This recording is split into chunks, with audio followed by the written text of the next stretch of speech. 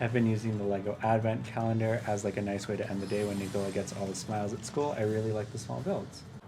Gets all smiles at school. I'm assuming smiles is some sort of like assessment, unless you're like counting how many people smile at him. Smiles is a thing in the school planner if they're following the rules at school. That's cool.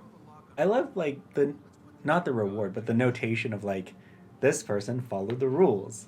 Because I don't think parents understand how big of a deal that is. Like it's a big deal for someone to follow the rules. Two more boss battles, and then the game doesn't end. Apparently, because I don't have the DLC. They also break it up into different sections of the day. That's good. I wonder if they're doing any like analytics and interpretation on that. Or maybe that's up to the parents if they look at the smiles. Because then you can be like, okay, like kids are getting rowdy at this certain time of day, blah, blah, blah, blah, blah. We do, like as teachers and specific students, if needed, then it's talked about at a grade level meeting. Perfect. That's awesome. I'm glad you have that level of like documented insight when it comes to student behavior. Because oftentimes in like parent teacher conferences, I can't remember, I don't have a system of remembering like this is when the kid acted up and stuff like that. And the last principal that I had was really bad at taking notes about it. That's great that you have that system. When I get back into the classroom, if I get back into the classroom, I might have to steal that idea. It's also really nice to take two medical professionals. I wish I was better at this because of all the medical issues that I'm having, but documenting how you feel throughout the day seems like it would answer so many questions if you have that data and you can amalgamate that data. Oh, you can say, here's the data from the past semester. Yeah, exactly. That probably makes their medical care so much more in depth. Schools are dope. I want to go back to one. I kind of miss school. My senior year was pretty dope. Towards my last 2 years of university, I really, really didn't like school. I had to retake 2 classes and it like wasn't fulfilling, and I was like working and trying to figure out what to do with my future, and it was really stressful all the time and all that stuff. This summer I went back to school for 2 weeks and I'm like, this is amazing. This is the best thing I've ever done in my life.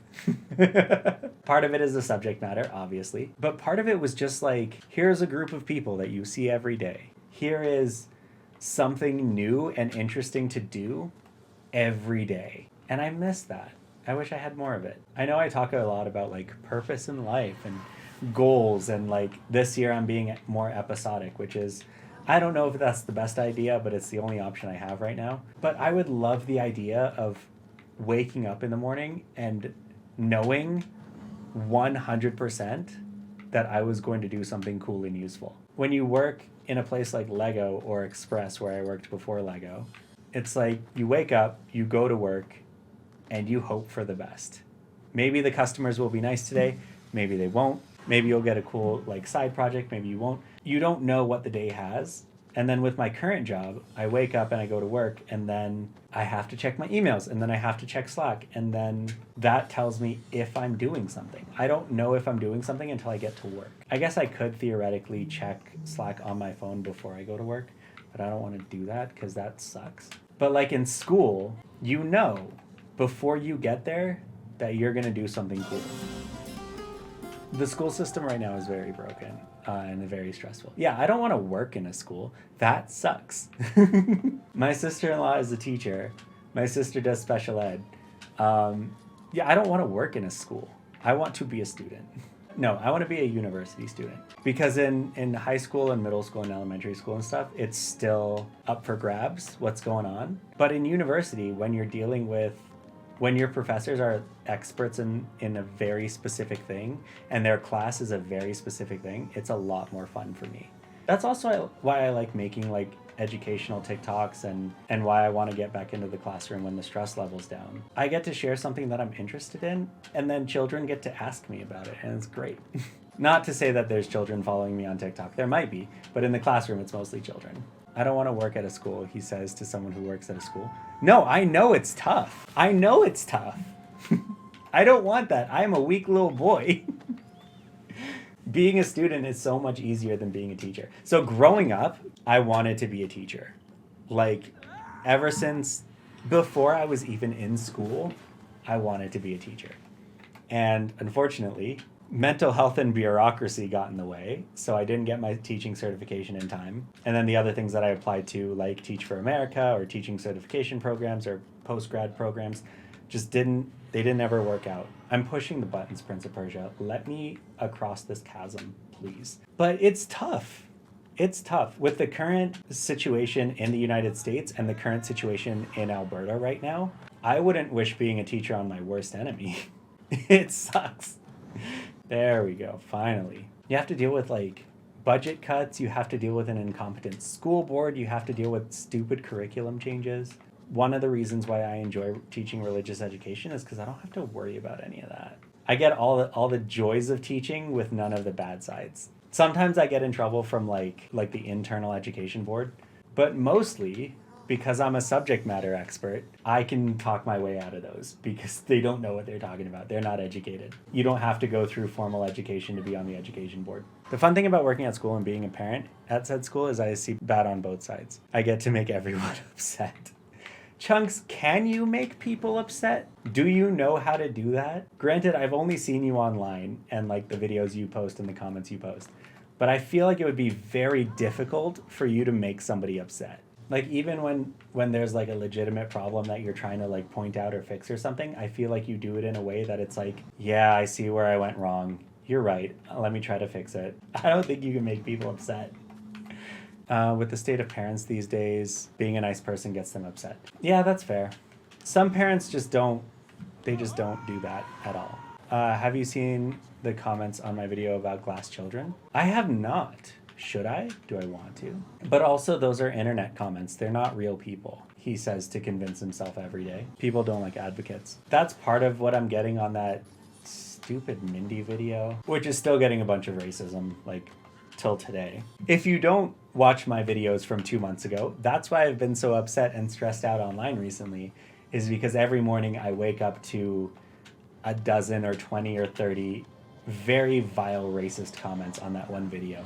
A lot of people internalize systemic issues, and so if you say we should change this system, they see it as I'm not adequate as a person, and everyone growing up has told me that I'm adequate as a person, so this person's wrong, so I need to fight them. They don't realize that it's not about them as an individual, that it's about a system that's in place that needs to be amended. That's one of the things that I've been struggling with, like, growing up, is figuring out which things are my fault and which things aren't, and then taking accountability for the things that are my fault, and then advocating for the things that aren't. I'm a white mom, so I feel better speaking up and going to the right people because other parents at the school don't have that privilege. I'm agreeing with you because I know who you are and I know what you advocate for, but also that specific privilege gets abused a lot. So yes to you, but no to the general concept.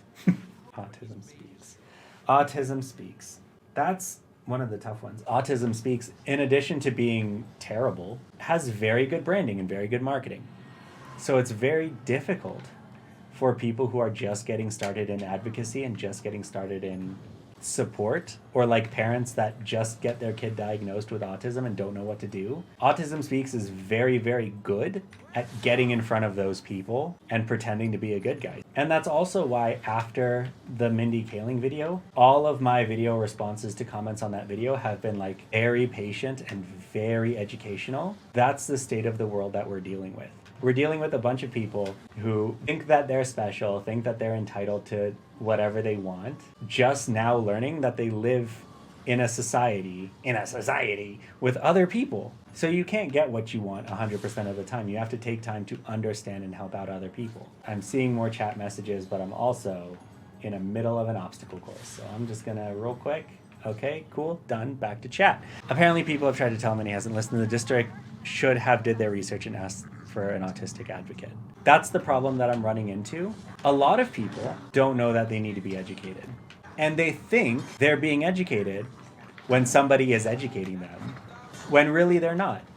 And because they're not educated, how do they know the difference? You're doing the advocacy and they're not responding to that. I don't think it's fair to expect someone's first step in a new land to be the correct step. If you've been emailing them and they have not been responding and not changing their attitude and their support, that's a completely different problem. But also humans are subject to bias, and one of those biases is the bias of first knowledge. The first thing that we hear, whether or not it's true, and even if we're told that it's not true, tends to be the thing that we remember. So if they've bought in hook, line, and sinker to Autism Speaks and what they're talking about and what they're saying, your job is even more difficult because you have to overcome one, disinformation, and two, the bias that they already have, which they're clinging onto because that's what human brains do. Little late to this, but that issue of people taking things about a system personally hits home because my grandma is like that. When I complain what a group of people she happens to be part of, she usually takes it to heart and feels like I'm attacking her, even though I'm not. Yes, that is a huge, huge thing. A lot of POC creators on TikTok will talk this about white people and say that about white people and this about white people and that about white people. And because I've experienced it, I know that they're not talking about white people. I know that they're talking about the privileged class in a supremacist hierarchy. That's who they're talking about. They're not talking about all white people. So when I made my video, one option is I can just do what I know is technically correct and just say white people do this, white people do that. Do I just need to run away from this guy until he burns himself? White people are going to look at that and be like, oh, he's talking about me, even when you're not part of that group. So I took the time to explain white is a political term. It's used partially in reference to skin color, but it's used to describe a political group. I feel like when you're the largest district in the state, your communications department, Google orgs you're supporting. Why? Again, we're dealing with their bias of this is the first information that I've heard, therefore it's correct. Do they have, even though they're the biggest districts in the state, do they have fact checkers? Do they have researchers? Do they have these people doing these things? Because oftentimes tasks like this fall onto the least competent person. There's something that I have to deal with a lot in my community, and that is not promoted obsolescence, promoted incompetence, where you do a job, you're really good at that job, so you get promoted to a different job. And if you're good at that job, you get promoted to a different job until you get to a job that you suck at. And then, since you suck at it, you stop getting promoted and you stay stuck at a job that you suck at. That's what I have to deal with in my community all the time. And I'm sure the same thing happens in your district. Somebody is a really good teacher, so they get promoted to admin. Somebody's a really good admin, promoted to whatever secretary in the district. And then they suck at that. And then that's their job because they can't leave it. The Peter Principle. Is that... I don't know what the Peter Principle is, but if it's the same thing, I'll believe you. Even though it's the biggest district in the state, I just found out today that my school district is the biggest district in my state. The biggest district and the biggest employer in my state, the school district that I grew up in. How many of those people are purposefully working in a job that they suck at? Probably a lot. I feel like that happens a lot in school districts. Promoted incompetence. That's the one. Promoted incompetence. Also, how does the rock monster catch on fire? And of course, Adel has experienced the opposite, where you get really good at a job and then they hire outside people above you instead of getting you promoted. So in that sort of situation, there's really no way to navigate. Either you keep someone that's good at their job and you never promote them, or you promote somebody until they're terrible at their job. It's a lose-lose situation. How do you, in a way that is resource friendly, promote people who will then be good at their jobs? We can't do like trial and error because that wastes resources and time and other, things that companies need to account for. Lots of big chats, they don't fit on the screen. I have other issues with the district. They got rid of a bunch of ACP and BSPS without communicating that to the staff or the parents, without adding additional support to the general education setting. Chunks, unfortunately, that's not a district-specific issue. That's happening across North America. I don't know what to do about that, aside from spending resources, not running your district like a business. I got a really good at the job, was denied a promotion, and started for work for fear of replacement, couldn't handle the workload. That place was terrible. That's how it usually goes for me, how I wound up being able to run a third of my first Walmart alone. So we have a bunch of autistic kids in the classroom with teachers with no training, and then that Autism Speaks link is just salt in the wound. Chunks, I agree with where you're coming from. I totally agree. It sounds like I'm defending them, but really I'm just pitying the district. They have the opportunity to make the right choices, especially when you're giving them the resources and the support that they need anyway. Because a district is nothing if not just terrible people all in a group. They've made their bed and now autistic students need to lie in it. It's a dumb, bad reality that we have to live with. Personal tracks without requiring management supervision helps, but it's uncommon outside of a few professions. Yeah. If Hyan was here, he'd like join the trades, because that's, you see that a few times in the trades. This is why when it comes to my work, you can see this in my like content and stuff too. I want to be content. No pun intended. I want to work a job that I don't have to try hard to succeed in. And that's what it was at Lego, because that stuff just comes naturally. And then when you have a learning opportunity, you have a learning opportunity, but it's not competitive like that. Well, it's against the laws, so I've been speaking up because someone has to. Oh, having that few resources is against the actual law, then the law's on your side. Hopefully you have the energy and you have the team, personal team, to fight for that kind of thing. And you have the resources to fight for that thing. This is one of the things that has come up on my Mindy TikTok. You can tell how front of mind this Mindy TikTok is.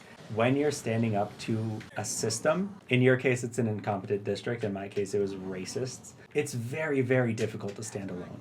And more often than not, what happens when you stand alone is you get defeated. When you see like Disney shows and stuff where the nerd gets made fun of, they stand up for themselves and they get bullied more. And then they stand up with the main character and like another person, and then that's when the change happens. So I hope that in addition to making people mad, you're also making people mad in the right way, that they then come and support you. And I'm sure you are. I'm just saying that for the sake of saying it. We have a nonprofit here who fights for the rights of intellectual disabilities, and they've made some progress. Perfect, you have your team. I know this is the least helpful thing to say, but keep going, keep fighting, because what other choice do you have? So my sister-in-law has to deal with multiple special needs people in her class, but she has the training to do so. And because other teachers don't have the training to do so, she ends up dealing with all of the ones in the grade. Earlier, she was fighting for it, and in religious education, she was fighting for it.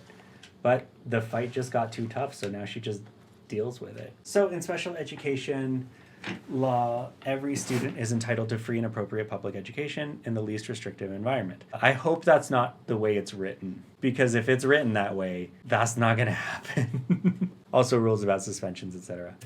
If that's the word of law, the district has lawyers. They may have incompetent special ed experts, but they have competent lawyers, and they're going to walk around that for sure. Yes and no, they've lost in lawsuits before. They also tend to settle before court. Because they have good lawyers. But settling doesn't solve the problem. I would argue, I guess it depends on the lawsuit, but sometimes the lawsuits don't even solve the problem. A law is only good if it can be adequately enforced, and it sounds like it cannot be adequately enforced. I'm curious what you mean by how that's worded. The wording that you put in the chat is super vague. So in special education law, every student is entitled to free and appropriate public education in the least restrictive environment. There's a lot of subjective qualifiers in that sentence. Free is an objective qualifier, for sure. Appropriate is subjective, and least restrictive environment is also subjective. The people who don't care about autistic kids pay a lot of money to their lawyers. They can walk around any subjective language that you have. Now, I'm not going to tell you how to advocate, because you already know how to advocate. So I'm hoping like the law that's on the books, the law that's being referenced in these lawsuits and stuff, has something a little bit more objective and measurable. Also, I'm not a lawyer, so this is not legal advice. There are some extra wordings with least restrictive environment. If the district wants to put a student in a more restrictive environment, they have to prove they have tried sufficiently with supplemental aids and services. Perfect. That's what I'm talking about when I'm talking about subjective and objective wording. It's objective. It's more objective than the original statement. It's measurable. Where it fails a lot here is there are due process and rights, and parents don't know that or how to work it and don't have the time to fit it. Hopefully, the nonprofit is helping with that. It would be very cool if the nonprofit was helping with litigation and stuff like that. Because you know how bad I am at these obstacle courses anyway. I'll only get worse if I'm reading the chat. Where it fails a lot is the due process rights. We also have a different nonprofit that teaches parents their rights and how to advocate them. Perfect. They will also help you obtain a lawyer if needed.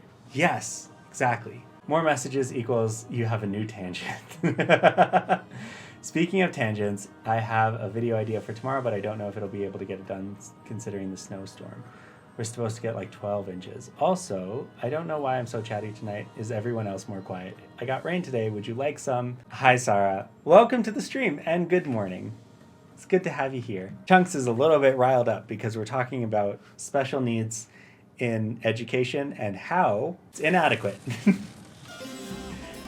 I wish we'd get rid of the term special education and move to accessible education because that's part of the problem. I didn't tell my sister-in-law about that. I like that, accessible education. Dear Alika, I'm sorry for beating up your dad. Da, da, da, da, da, da, da. Boss battles are not good for chatting. Nope, wrong button. I was gonna say I totally agree with Super Chunks. It's an extremely important issue and one to always get chatty about. I agree too. Like education in general, and now that you're calling that specifically education in general, it's not just people that might have difficulty learning in a school environment, but like making education accessible to everybody.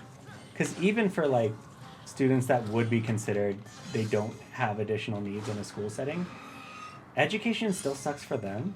Like there's a lot of improvements we can make in public education. That guy just punched his own daughter. I don't feel bad about this anymore. The only people in education I see right now moving to the term accessible education are disabled educators though. Right. And my sister-in-law is a formerly special needs, currently accessible education educator. Accessible educator. But hopefully she's got enough clout that people can continue to use it in her school, at least. Apparently Bluer is darker than I thought. I have seen 4 episodes of Bluey. That's it. And they're always picking on the dad.